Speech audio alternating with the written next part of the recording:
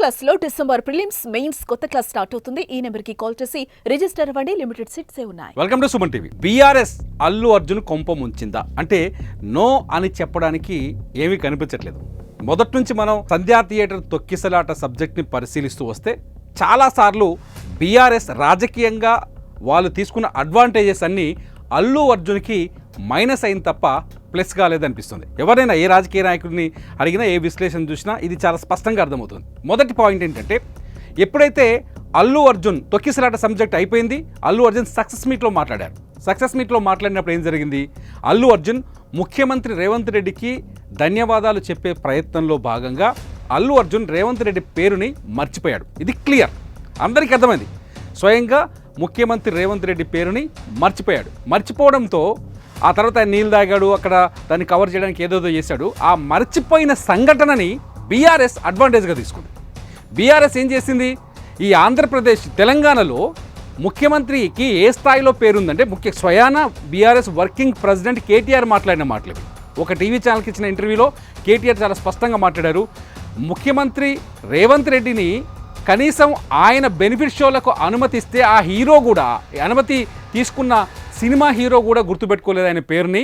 అది మన ముఖ్యమంత్రికి ఉన్న గుర్తింపు మన తెలంగాణలో అంటూ ఆయన ఒక టీవీ ఛానల్కి ఇచ్చిన ఇంటర్వ్యూలో కామెంట్ చేశారు.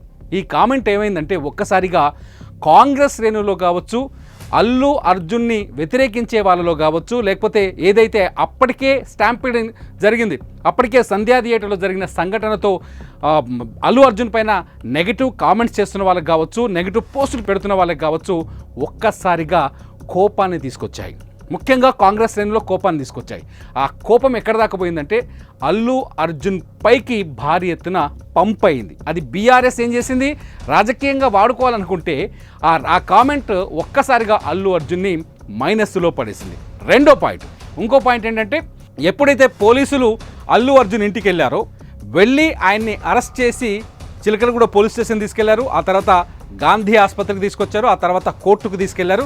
ఈ టైం మొత్తాన్ని, ఈ అరెస్ట్ చేసిన డే మొత్తాన్ని బీఆర్ఎస్ తమకు అనుకూలంగా మార్చుకోవడానికి ప్రయత్నించింది. చాలా స్పష్టంగా అర్థమైంది అందరికీ. ఎప్పుడైతే అల్లు అర్జున్ అరెస్ట్ చేశారో అప్పుడే కేటీఆర్ ఒక ట్వీట్ చేశారు. ఒక జాతీయ అవార్డు గెలుచుకున్న నటుణ్ణి ఇంత ఒక మామూలు నేరస్తుని అరెస్ట్ చేసినంత తక్కువ స్థాయిలో అరెస్ట్ చేస్తారా? నోటీస్ ఇవ్వరా? ఓ ప్రాపర్ పద్ధతి లేదా? ఆయన గౌరవించాల్సిన అవసరం లేదా అంటూ ట్వీట్ చేశారు. ఎప్పుడైతే కేటీఆర్ ట్వీట్ చేశారో బీఆర్ఎస్ శ్రేణులన్నీ ప్రభుత్వానికి వ్యతిరేకంగా ఈ పాయింట్ని బేస్ చేసుకుని ట్వీట్ చేశారు. హరీష్ రావు గారు కూడా మాట్లాడారు.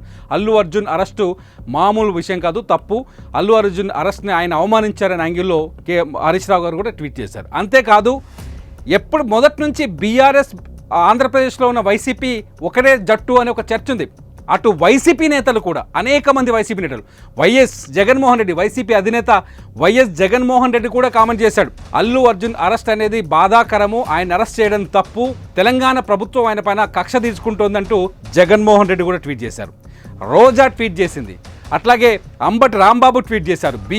వైసీపీలో ఉన్న చాలామంది నాయకులు కాంగ్రెస్ ప్రభుత్వానికి వ్యతిరేకంగా ట్వీట్ల వర్షం కురిపించారు. బీఆర్ఎస్ మొదలుపెట్టిన ఈ పొలిటికల్ యూసేజ్, బీఆర్ఎస్ రేవంత్ రెడ్డిని టార్గెట్ చేయడానికి మొదలు పెడితే అది ఆంధ్రప్రదేశ్లో ఒక్కసారిగా రాజకీయ రంగు పులుపుకుంది. అది భారీ ఎత్తున ప్రచారంలోకి వచ్చింది. ఆ తర్వాత కేటీఆర్ ఎవరైతే ఉన్నారో, కేటీఆర్ సినిమా ఇండస్ట్రీకి మొదటి నుంచి దగ్గరగా ఉన్నాడు. సినిమా వాళ్ళతో కేటీఆర్కి మంచి సంబంధాలు ఉన్నాయి. ప్రతి సినిమా రిలీజ్కి కేటీఆర్ని గెస్ట్గా పిలిచిన సందర్భాలు బీఆర్ఎస్ అధికారంలో ఉన్నప్పుడు అనేక సార్లు జరిగాయి. ఈ సందర్భాలన్నీ కూడా ప్రభుత్వంలో ఉన్న వాళ్ళకి కొంత వ్యతిరేకత ఉంది. కేటీఆర్ వెనకాలే సినిమా ఇండస్ట్రీ ఉందని ఒక ఫీలింగ్ క్రియేట్ అయ్యేటట్టు చేసింది. ఇంకా చెప్పాలంటే ప్రభుత్వం దీన్ని ఆ విధంగా చూసిందని మనం ఇక్కడ చెప్పలేం. కానీ కేటీఆర్కి సినిమా ఇండస్ట్రీకి ఉన్న అనుబంధమే వీటన్నింటికీ కారణం. అల్లు అర్జున్ పైన కామెంట్ చేయడానికి కావచ్చు, అల్లు అర్జున్ అరెస్టుని బీఆర్ఎస్ వ్యతిరేకించడానికి కావచ్చు, అటు వైసీపీ వ్యతిరేకించడానికి కావచ్చు, కారణమంతా కేటీఆర్కి సినిమా వాళ్ళకి దగ్గర సంబంధాలు ఉండటమే అనే ఒక చర్చ సోషల్ మీడియా వేదికగా జరిగింది. ఇదంతా చూస్తే బీఆర్ఎస్ వాళ్ళ రాజకీయ ప్రయోజనాల కోసం చేసిన ప్రయత్నాలు అల్లు అర్జున్కి సంధ్యా థియేటర్ తొక్కిసలాట కేసులో పూర్తిగా వ్యతిరేకమైంది, నష్టాన్ని కలిగించిందని చెప్పాలి. సింపుల్గా చెప్పాలంటే బీఆర్ఎస్ తీసుకున్న పొలిటికల్ స్టెప్స్ అల్లు అర్జున్ కొంపని ముంచేశాయి, అల్లు అర్జున్ని అక్కడ దోషిగా నిలబెట్టడానికి కారణం అయ్యాయని చెప్పకుండా చెప్పలేని పరిస్థితి అయితే లేదు. ఎందుకంటే నిన్న అల్లు అర్జున్ ఇంటిపైన కొందరు గుర్తు తెలియని వ్యక్తులు దాడి చేశారు, వాళ్ళ ఇంట్లో క్రొడబడే ప్రయత్నం చేశారు, పోలీసులు ఖండించారు, ఇటు ముఖ్యమంత్రి ఖండించారు, అట్లాగే తెలంగాణ సినిమాటోగ్రఫీ మంత్రి ఆయన ఖండించారు, కోమరెడ్డి వెంకరెడ్డి ఖండించారు. ఇదంతా చూస్తుంటే ఇది పొలిటికల్ టర్న్ తీసుకోవడం వల్ల ఇంకా అల్లు అర్జున్ కేసు చాలా పెద్దదైందని మాత్రం ఇక్కడ చెప్పక తప్పదు. అది బీఆర్ఎస్ వల్లే అయిందని మాత్రం చాలా స్పష్టంగా ఇక్కడ మనకు అర్థమవుతుంది. మీరేమనుకుంటున్నారు? బీఆర్ఎస్ వల్ల అల్లు అర్జున్కి నష్టం జరిగిందా, మేలు జరిగిందా? ఈ వీడియో కింద తప్పకుండా కామెంట్ చేయండి. చూస్తూనే ఉండండి సుమన్ టీవీ.